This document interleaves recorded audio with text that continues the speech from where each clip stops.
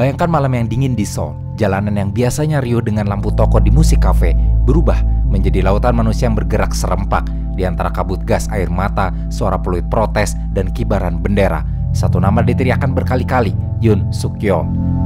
Dulu ia berdiri sebagai simbol ketegasan hukum, jaksa yang tak gentar menghadapi elit kekuasaan. Publik menyambutnya dengan harapan, dengan keyakinan bahwa inilah pemimpin yang akan membersihkan politik dari korupsi. Tapi harapan dengan cepat berubah menjadi kekecewaan, dan kepercayaan jika dikhianati bisa menjadi amarah yang mendobrak sekat-sekat konstitusi. Dan dari kondisi itu muncul pertanyaan, bagaimana bisa seorang presiden yang naik lewat janji anti korupsi justru berakhir di ambang pemakzulan oleh rakyat yang dulu memilihnya? Dalam kesempatan ini kita akan coba menyelami lebih dalam, lebih jauh tentang krisis, tentang kepercayaan yang runtuh, dan tentang demokrasi Korea Selatan yang tengah bertaruh. Bersama Kamar Film dalam video memahami proses pemakzulan Presiden Korea Selatan.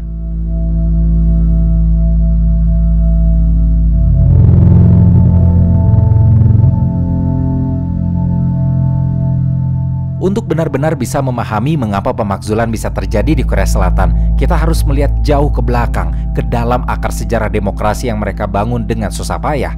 Demokrasi di negeri ini tidak muncul secara alamiah. Ia bukan warisan damai atau hasil konsensus elit, melainkan tumbuh dari rangkaian panjang perjuangan rakyat, dari darah dan air mata yang tumpah di jalanan Gwangju, dari lantang suara mahasiswa di universitas-universitas Seoul, hingga dari tekad rakyat biasa yang tak ingin tunduk pada kekuasaan yang semena-mena. Dari semua itu tumbuh kesadaran kolektif bahwa dalam sistem demokrasi, kekuasaan sekuat apapun harus tetap bisa dimakzulkan jika menyimpang. Setelah merdeka dari penjajah Jepang pada tahun 1945, Korea segera terbagi menjadi dua, Korea Utara yang menganut komunisme ala Soviet dan Korea Selatan yang berhaluan liberal seperti Amerika Serikat. Republik Korea secara resmi dideklarasikan pada tanggal 15 Agustus di tahun 1948 dengan Samyang-ri sebagai presiden pertamanya. Namun sejak awal, Ri tidak menunjukkan itikat untuk membangun sistem yang transparan. Ri segera merevisi konstitusi untuk memperpanjang masa jabatannya. Kekuasaan dikonsolidasikan, oposisi ditekan, dan pemilu dimanipulasi. Ketegangan memuncak pada tahun 1960 ketika dugaan kecurangan pemilu memicu revolusi mahasiswa pada tanggal 19 April.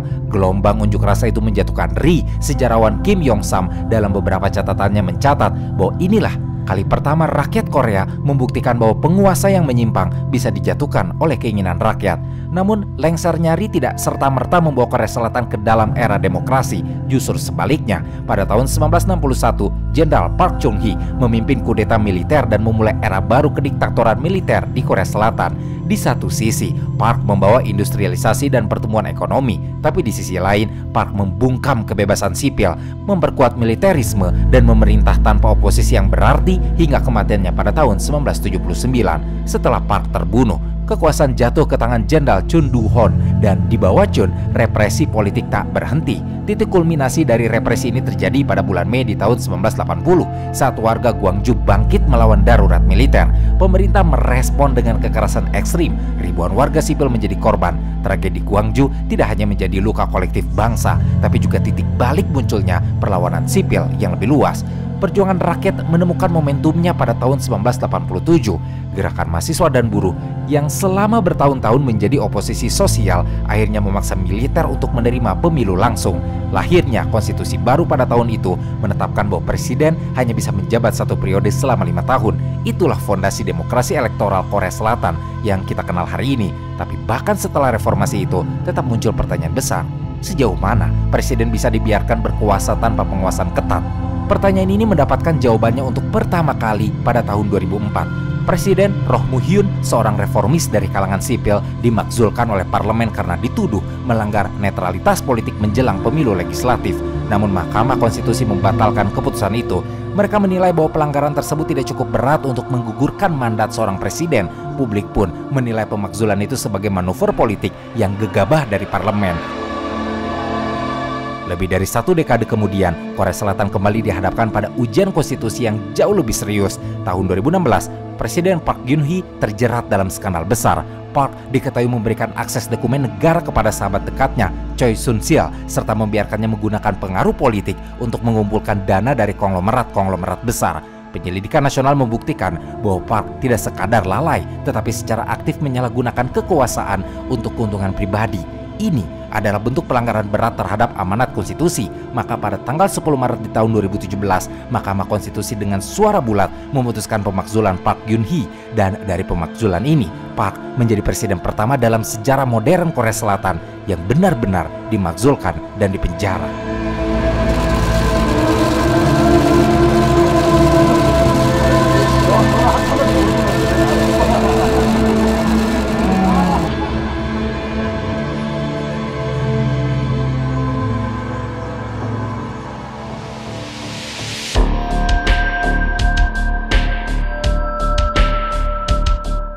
Setelah memahami latar sejarah dan politik dari Korea Selatan, kita menjadi tahu bahwa pemakzulan di Korea Selatan itu bukan pertama kali terjadi. Tapi untuk bisa memahami proses terjadinya pemakzulan dari Yoon Suk Yeol, mau tidak mau, kita harus mulai dari riwayat hidupnya. Sebab Yoon Suk Yeol bukanlah sosok yang dibesarkan dalam dunia politik.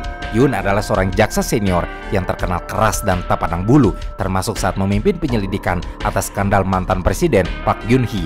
Dari dedikasinya sebagai jaksa yang berintegritas ini, publik Korea Selatan melihat Yoon sebagai simbol perlawanan terhadap korupsi dan simbol penegakan hukum. Namun, ketegasannya dalam menindak elit politik juga membuatnya bermusuhan dengan banyak kekuatan dalam sistem pemerintahan. Atas ketegasannya itu juga, selama menjadi jaksa, Yoon kerap dipindah tugaskan secara mendadak, diisolasi dari kasus-kasus penting, atau bahkan dicoba disingkirkan oleh pemerintah. Pada masa pemerintahan Presiden Moon Jae-in yang berasal dari Partai Demokrat, Yoon sempat diangkat menjadi jaksa agung pada tahun 2019, tetapi hubungannya dengan pemerintah berakhir memburuk. Yoon menuduh Kementerian Kehakiman dan Partai Demokrat mencampuri proses hukum dan mencoba mengekang independensi jaksa. Perselisihan ini akhirnya membuat Yoon mengundurkan diri pada bulan Maret di tahun 2021. Langkah pengunduran diri Yoon ini jelas mengejutkan banyak kalangan, tapi tidak lama setelahnya Yoon memberi kejutan tambahan dengan mengumumkan bahwa dirinya akan terjun ke dunia politik. Meski tidak memiliki pengalaman politik sama sekali, Yoon membawa citra sebagai tokoh anti korupsi dan penegak hukum yang bersih. Dua hal yang sangat dijual dan laku dalam iklim politik Korea yang penuh kecurigaan publik terhadap elit. Untuk langkah politiknya sendiri, Yoon kemudian bergabung dengan People Power Party atau Partai Kekuatan Rakyat, yang mana partai ini adalah partai konservatif. Dan setelah masuk partai, Yoon kemudian mencalonkan diri sebagai presiden dalam pemilu di tahun 2022. Kampanye Yoon berfokus pada isu-isu hukum, keadilan, dan perlindungan terhadap nilai-nilai tradisional konservatif. Yoon juga menjanjikan pendekatan yang lebih keras terhadap Korea Utara dan lebih dekat kepada Amerika Serikat. Sementara lawannya, Lee Jae-myung dari Partai Demokrat membawa citra progresif dan populis. Dalam pemilu yang sangat ketat, Yoon menang dengan selisih sangat tipis, yakni kurang dari 1%. Atas kemenangan yang berselisih 1% ini, itu mencerminkan bahwa rakyat Korea terbelah tajam dan Yoon naik sebagai presiden dengan mandat yang rapuh. Namun, yang paling menarik adalah bahwa karakter Yoon tidak berubah setelah masuk ke dunia politik. Yoon tetap bertindak seperti jaksa, keras, hitam putih, penuh semangat perlawanan terhadap siapapun yang dianggap menghalangi jalannya. Tapi dalam politik, pendekatan semacam ini bisa jadi bumerang. Yoon memimpin dengan gaya konfrontatif, sering memaksakan kehendak, dan tidak membangun jembatan dengan parlemen atau oposisi.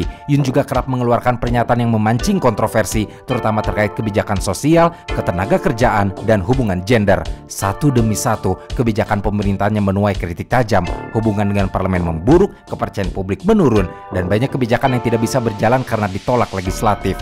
Atas beberapa kemandekan itu, Yoon dicap sebagai pemimpin yang tidak mampu berdialog, tidak memahami dinamika demokrasi, dan tidak memiliki kepekaan sosial. Sebagian analis bahkan menyebut bahwa Yoon adalah presiden jaksa, bukan negarawan. Dan dalam hal ini, itu berarti bahwa Yoon dalam kapasitasnya sebagai presiden adalah penegak hukum yang kebetulan memegang jabatan politik. Hubungan antara kantor kepresidenan dan parlemen semakin memburuk ketika Yoon dan timnya secara terbuka menolak konsultasi dalam pengambilan kebijakan anggaran nasional. Yoon bahkan menolak menghadiri beberapa forum politik penting, termasuk dialog tahunan antara presiden dan majelis nasional. Dalam wawancara dengan Korea Times pada bulan Desember di tahun 2023, seorang anggota parlemen dari Partai Demokrat menyatakan bahwa tidak ada saluran komunikasi langsung dengan Istana Biru.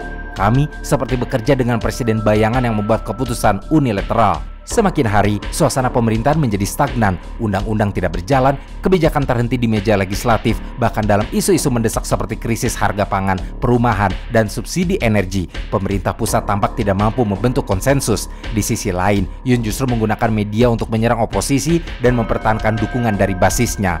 Dalam beberapa kesempatan, bahkan Yoon menyebut kritik sebagai kampanye destruktif dari lawan politik yang belum bisa move on dari kekalahan pemilu. Sikap ini menuai kemarahan luas, bukan hanya dari parlemen, tetapi juga dari kelompok sipil dan pemilih independen. Para analis mulai menyebut bahwa Yoon telah menciptakan kekuasaan terisolasi, seorang presiden yang memegang jabatan formal, tetapi kehilangan fungsi koordinatif dalam sistem demokrasi. Sebuah tulisan editorial di Haengyeolrae bahkan menyebut Yoon sebagai presiden minoritas permanen karena gagal membangun jembatan ke institusi-institusi negara lain. Puncak dari kebuntuan ini adalah ketika Majelis Nasional mulai membentuk panitia khusus untuk menginvestigasi dugaan penyalahgunaan kekuasaan oleh kantor kepresidenan, terutama dalam pengangkatan pejabat tinggi dan pengelolaan dana publik. Sementara itu, pemerintah daerah yang dikuasai oposisi seperti Seoul dan Gwangju mengeluhkan pemotongan dana transfer dari pemerintah pusat yang dituduh sebagai hukuman politik. Secara hukum, presiden tidak bisa diberhentikan hanya karena perbedaan politik, tapi dalam sistem parlementer Korea Selatan yang unik yang memberi Majelis Nasional hak untuk mengajukan mosi pemakzulan, tindakan politik yang konsisten, keras kepala, dan anti konsensus dapat menjadi dasar untuk mempertanyakan kapasitas kepemimpinan. Dalam wawancara dengan Yonhap News Agency awal tahun 2024, Profesor Hukum Konstitusi Lee Jin-woo menyebut bahwa jika seorang presiden memerintah tanpa memperhatikan prinsip check and balance, maka ia sedang mendekati wilayah inkonstitusional secara moral dan etika, meskipun belum tentu melanggar hukum secara teknis.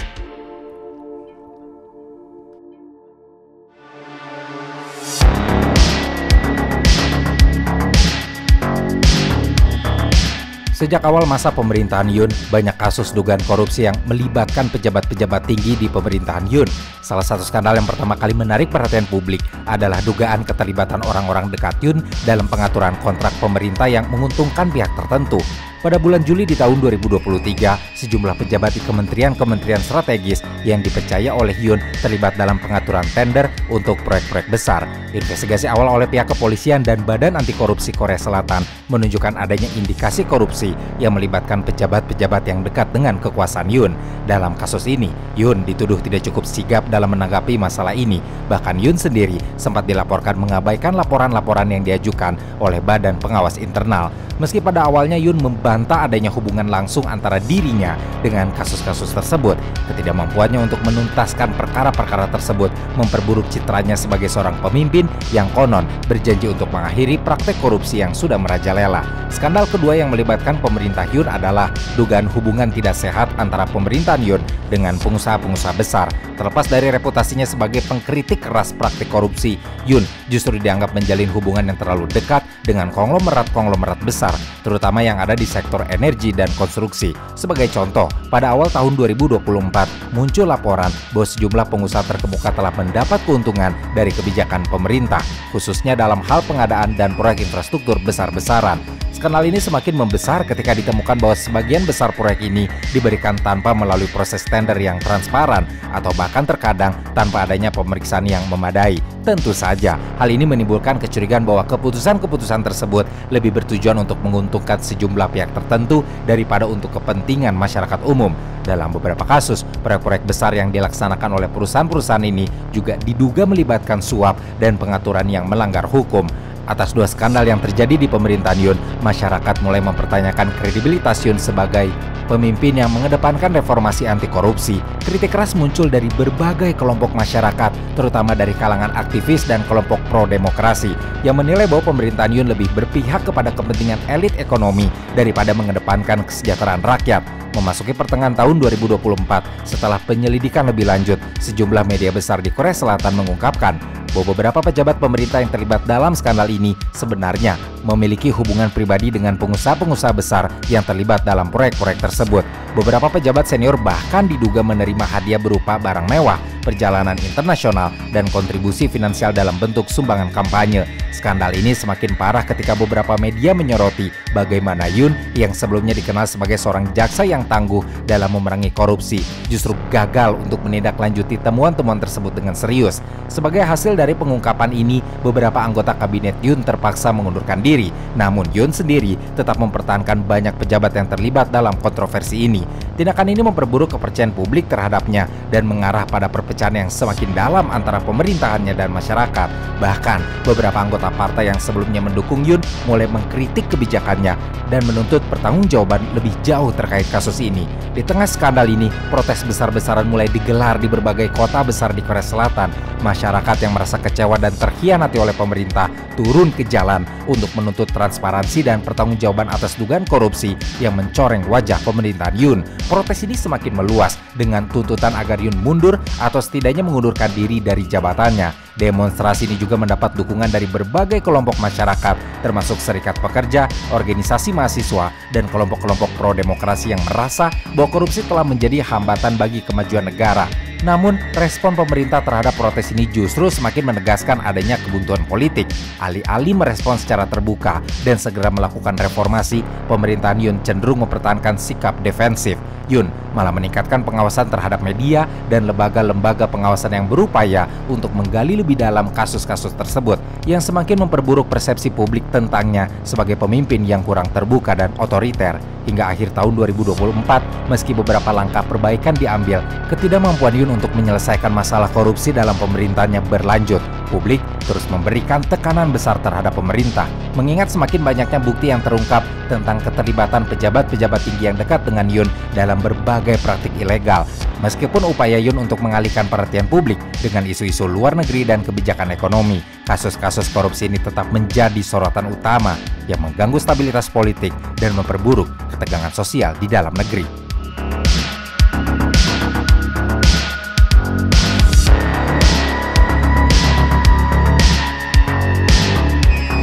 Ketika pemerintah Yoon Suk Yeol mulai menghadapi serangkaian kontroversi, korupsi, dan kegagalan dalam menuntaskan masalah sosial dan ekonomi yang ada, gelombang protes dari masyarakat Korea Selatan semakin tidak terbendung.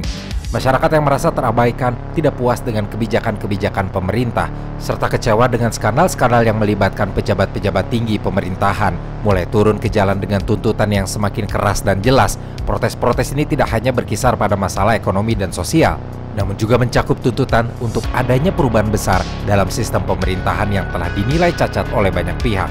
Protes besar pertama kali meletus ketika tuduhan-tuduhan terkait skandal korupsi dan hubungan antara pemerintah dengan konglomerat besar mencuat ke permukaan. Media-media besar mulai mengungkapkan dugaan keterlibatan sejumlah pejabat senior dalam praktik pengaturan tender dan penyalahgunaan kekuasaan. Kepercayaan publik terhadap pemerintahan Yoon yang seharusnya menjadi simbol integritas dan reformasi mulai pudar. Ketidakmampuan Yoon untuk merespon dengan cepat dan transparan terhadap masalah ini membuat banyak warga merasa dikhianati. Protes pertama kali diorganisir oleh kelompok-kelompok masyarakat sipil dan serikat pekerja yang merasa bahwa Yoon yang awalnya mengusung janji anti korupsi telah berbalik arah dan justru terlibat dalam praktik yang sama. Mereka menuntut pertanggungjawaban atas kasus-kasus korupsi yang melibatkan para pejabat tinggi serta meminta agar Yoon segera mundur dari jabatannya sebagai presiden. Protes ini cepat menyebar ke berbagai kota besar di Korea Selatan dengan ribuan orang turun ke jalan. Sejumlah organisasi mahasiswa, kelompok hak asasi manusia, dan aktivis pro-demokrasi turut bergabung menuntut agar pemerintah Yoon segera mundur dan mengakhiri praktik korupsi yang mereka anggap telah merusak sistem pemerintahan. Unjuk rasa ini bukan hanya sekadar aksi massa, tetapi juga menjadi momen penting di mana berbagai elemen masyarakat menyuarakan ketidakpuasan mereka terhadap ketidakadilan sosial dan ekonomi yang terjadi di negara tersebut.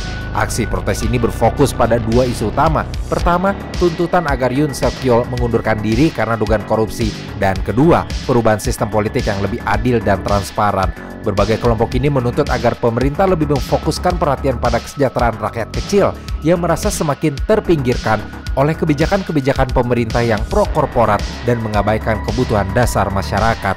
Protes semakin meluas ketika masyarakat mulai menyoroti ketidaksetaraan ekonomi yang semakin besar di Korea Selatan. Sementara segelintir elit ekonomi semakin makmur, rakyat kecil justru semakin terpuruk dalam ketimpangan.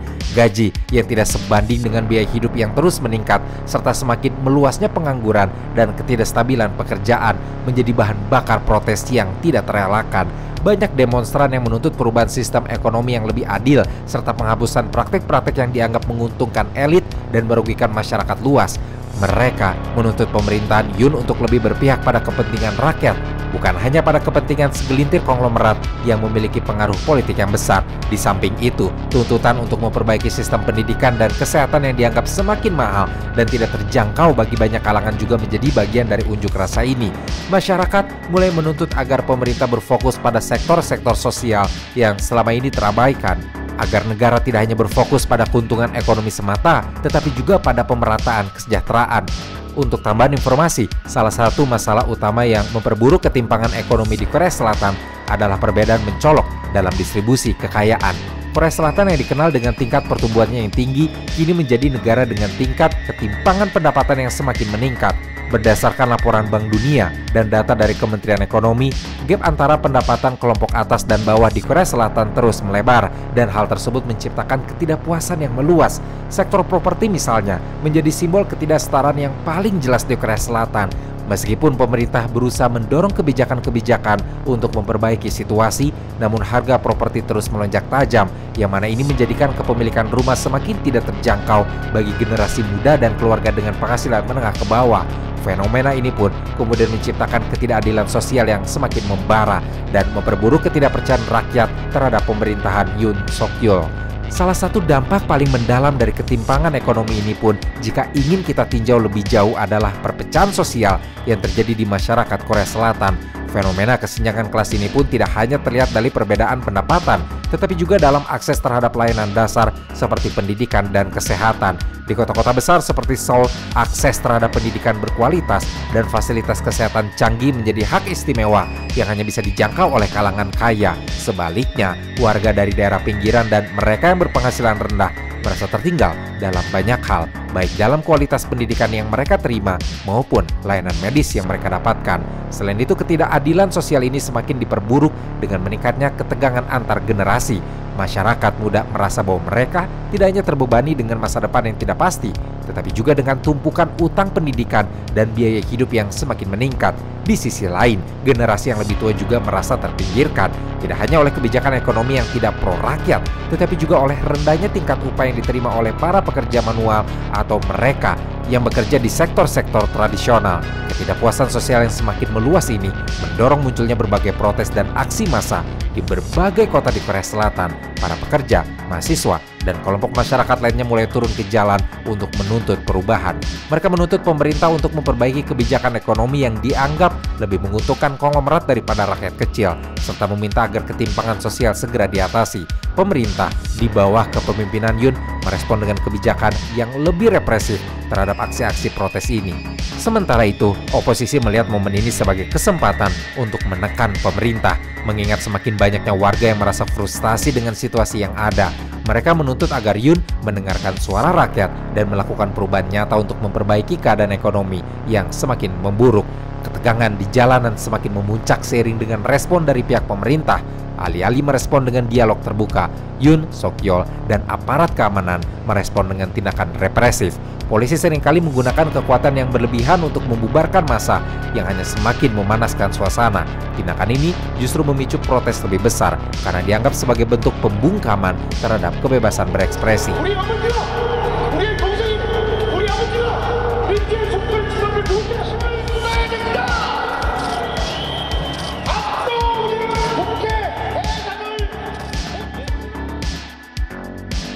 Memasuki bulan November di tahun 2024, terjadi aksi yang lebih besar dengan ratusan ribu orang berkumpul di ibu kota Seoul. Pemandangan ini menggambarkan ketegangan yang terus memuncak dengan masyarakat yang semakin tidak puas dengan respon pemerintah yang dianggap lambat dan tidak tegas dalam menyelesaikan masalah. Unjuk rasa tersebut menjadi salah satu aksi terbesar dalam sejarah Korea Selatan dalam beberapa dekade terakhir dan menjadi simbol bahwa ketidakpuasan masyarakat tidak bisa lagi dipandang sebelah mata oleh pemerintah. Selain aksi massa di jalanan, media sosial menjadi saluran penting dalam menyuarakan aspirasi rakyat. Hashtag-hashtag seperti Yoon Resign, Korea for the People, dan End Corruption menjadi tren di platform-platform media sosial. Dengan ribuan orang menggunakan media ini untuk berbagi pendapat mereka dan menyuarakan ketidakpuasan terhadap pemerintahan Yoon, para aktivis pro-demokrasi dan kelompok-kelompok mahasiswa juga menggunakan media sosial untuk mengorganisir dan memobilisasi massa dengan lebih efektif. Media sosial menjadi alat yang sangat efektif dalam menggambarkan dampak buruk dari kebijakan pemerintah terhadap kehidupan sehari-hari masyarakat. Foto-foto dan video-video yang menunjukkan ketidakpuasan rakyat dan tindakan represif aparat keamanan menyebar luas, meningkatkan kesadaran global tentang situasi yang sedang terjadi di Korea Selatan. Puncak dari protes ini terjadi pada awal tahun 2025, ketika aksi demonstran di Seoul dan kota-kota besar lainnya semakin besar dan tidak terkendali. Ribuan orang dari berbagai lapisan masyarakat bergabung dalam aksi unjuk rasa besar-besaran yang mengarah pada tuntutan pengunduran diri Yoon. Dalam kondisi tersebut, banyak kalangan yang berpendapat bahwa pemerintah harus mendengarkan suara rakyat dan mengakhiri praktik-praktik yang menyebabkan ketidakadilan sosial dan ketimpangan ekonomi yang semakin parah. Salah satu hal yang semakin memperburuk situasi adalah ketidakmampuan pemerintah Yoon untuk meredakan ketegangan ini.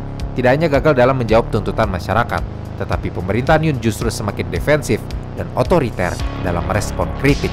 Tindakan ini membuat protes semakin intens dan tidak ada jalan lain selain terjadinya perubahan signifikan dalam politik Korea Selatan.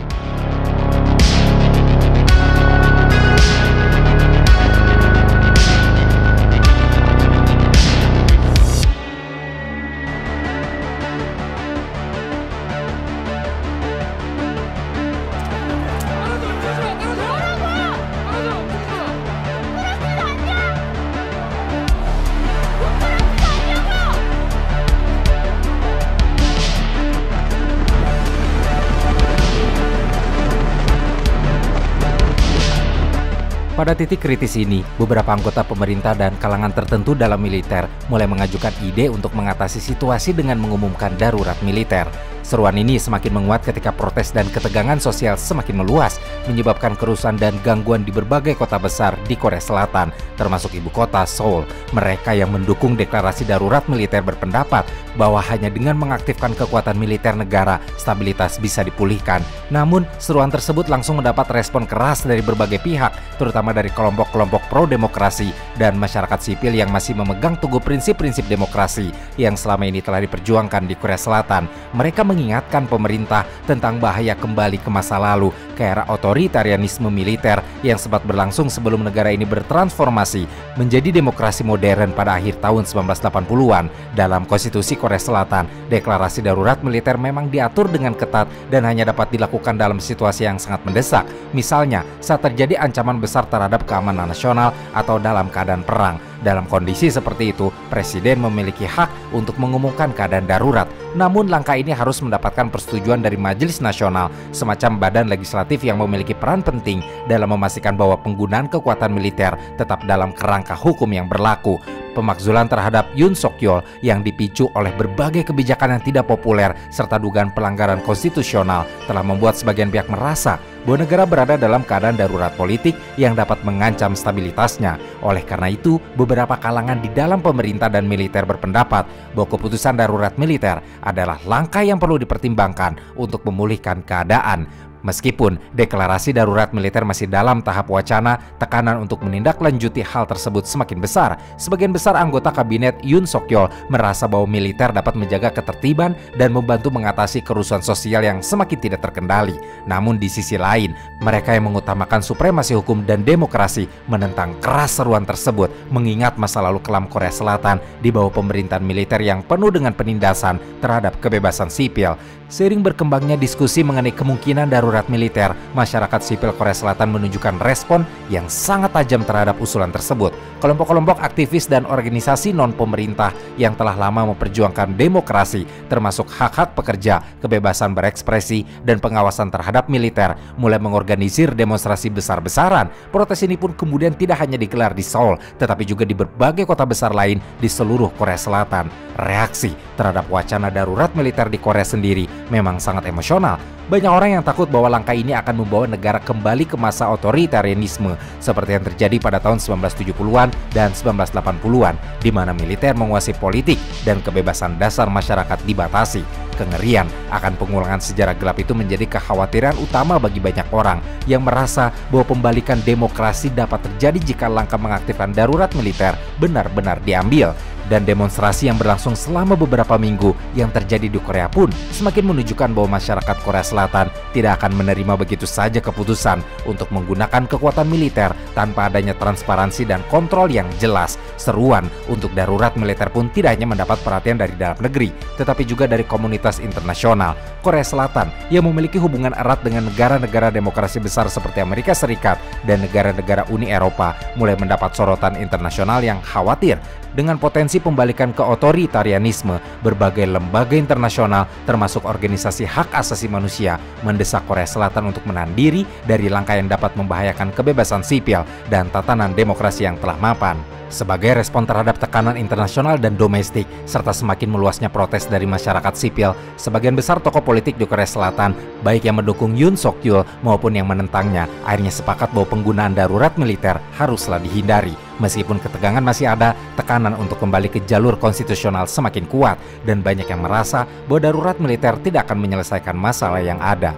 Ketika gelombang protes terhadap pemerintah Yoon semakin memuncak, tekanan dari berbagai pihak, baik dari masyarakat, organisasi pro-demokrasi, hingga kelompok elit politik, membawa situasi ke titik di mana Mahkamah Konstitusi Korea Selatan harus turun tangan. Mahkamah Konstitusi Korea Selatan memiliki peran penting dalam menjaga konstitusi dan memastikan bahwa tindakan pemerintah tidak melanggar prinsip-prinsip dasar negara. Sebagai lembaga yang memiliki kewenangan untuk memutuskan perkara yang melibatkan konstitusional, kebijakan, pemakzulan, atau tindakan yang dianggap merusak prinsip-prinsip demokrasi, Mahkamah Konstitusi menjadi aktor kunci dalam menghadapi krisis politik yang tengah dihadapi oleh Yoon Suk Yeol. Pemakzulan seorang presiden di Korea Selatan tidak dapat dilakukan sembarangan. Sesuai dengan konstitusi, pemakzulan hanya dapat dilaksanakan jika ada bukti kuat bahwa presiden telah melakukan pelanggaran hukum yang serius seperti korupsi, penyalahgunaan kekuasaan, atau pelanggaran konstitusi. Dalam situasi ini, Mahkamah Konstitusi memiliki otoritas untuk memutuskan apakah proses pemakzulan yang diajukan oleh anggota parlemen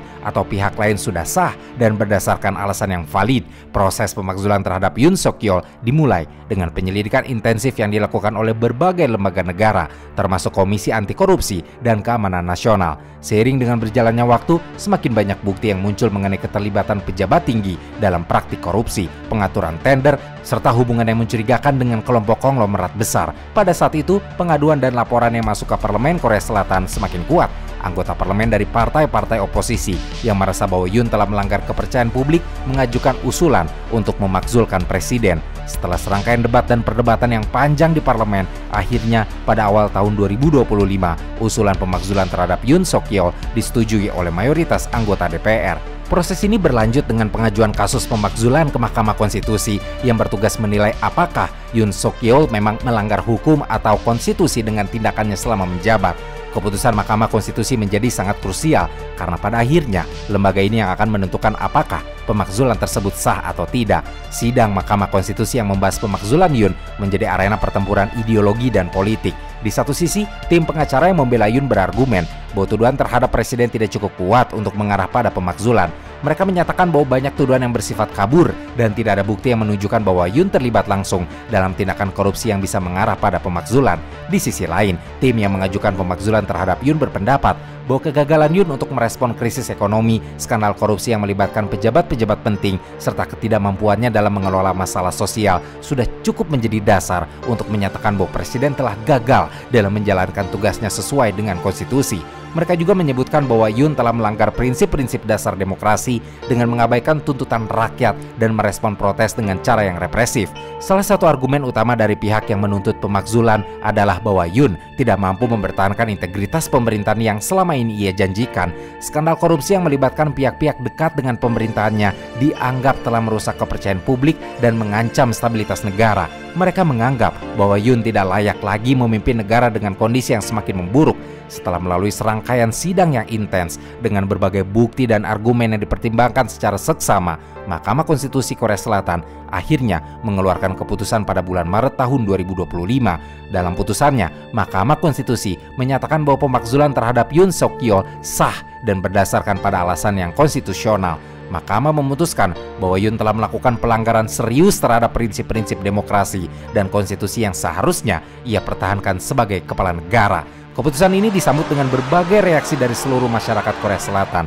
Sementara pendukung Yoon merasa kecewa dan marah Mereka yang menginginkan perubahan sistematis di pemerintahan merasa lega dan melihat keputusan ini sebagai langkah besar menuju pemerintahan yang lebih transparan dan bertanggung jawab. Pemakzulan Yoon Suk Yeol menjadi babak baru dalam politik Korea Selatan. Meskipun proses pemakzulan ini membawa dampak politik yang signifikan, masih ada ketidakpastian mengenai masa depan pemerintahan negara tersebut. Ketua Mahkamah Konstitusi memerintahkan pemilihan presiden baru dalam waktu 3 bulan setelah pemakzulan, dan masyarakat Korea Selatan kini dihadapkan pada pertanyaan besar mengenai siapa yang akan menggantikan Yoon dan bagaimana arah politik negara ini akan berkembang ke depan.